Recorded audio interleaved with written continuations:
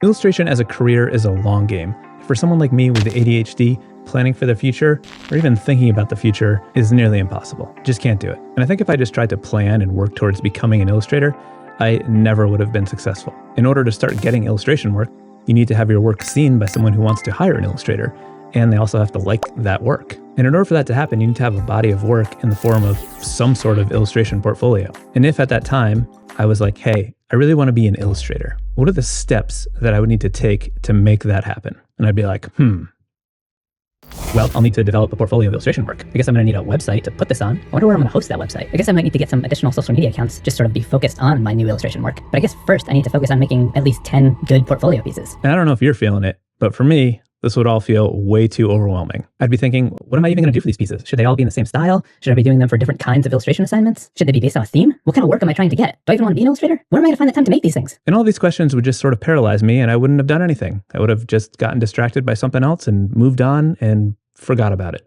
But instead, what happened was I decided I just wanted to be drawing more and thought, maybe I can make some cool stuff with these drawings if I like them, like maybe some shirts or some prints.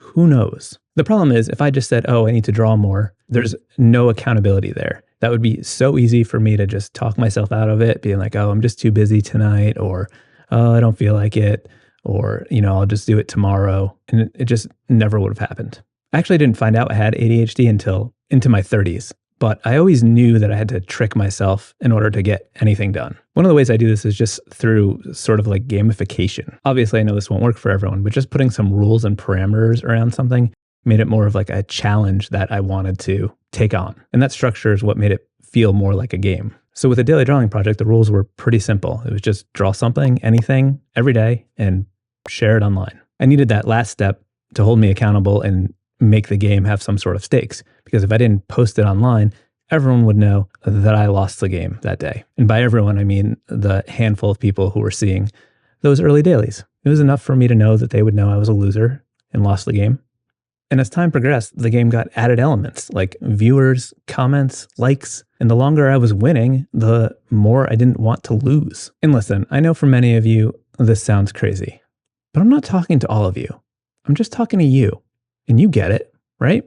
You know what I'm talking about. When I started the daily drawings, I really didn't intend to do so much lettering. It was more a result of not having enough time, and as a result, not being able to come up with ideas. At one point, out of desperation, I just started doodling some crazy thing some politician was saying on the news. I quickly got discouraged trying to nail the likeness of this person, and instead just started focusing on the words and making that the main part of the illustration. I started doing this more and more with other weird quotes, with song lyrics. Sometimes it was just me complaining. The more I illustrated with words like this, the more I experimented and pushed things around and noodled with the letters and experimented with different ways of drawing them. The repetition helped me to quickly try out new things, and sharing this stuff helped me to see what was resonating. And because I was doing this every single day, there was so much less concern about making each one great because it was just sort of disposable. Granted, my background is in graphic design, so that helped with the lettering, but that's not really the point. It's more of just not overthinking what you're going to make and giving yourself that freedom and flexibility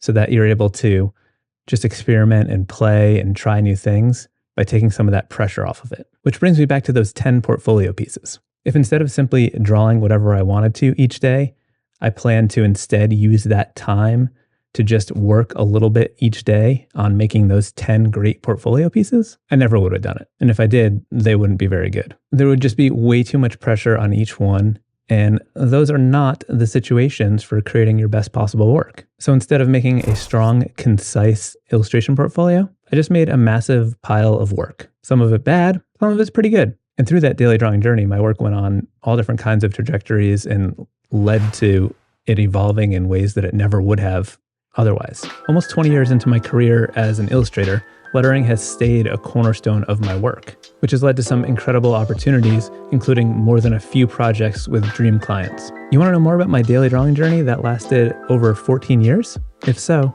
check out this video right here. I think you might like it. All right, good talk.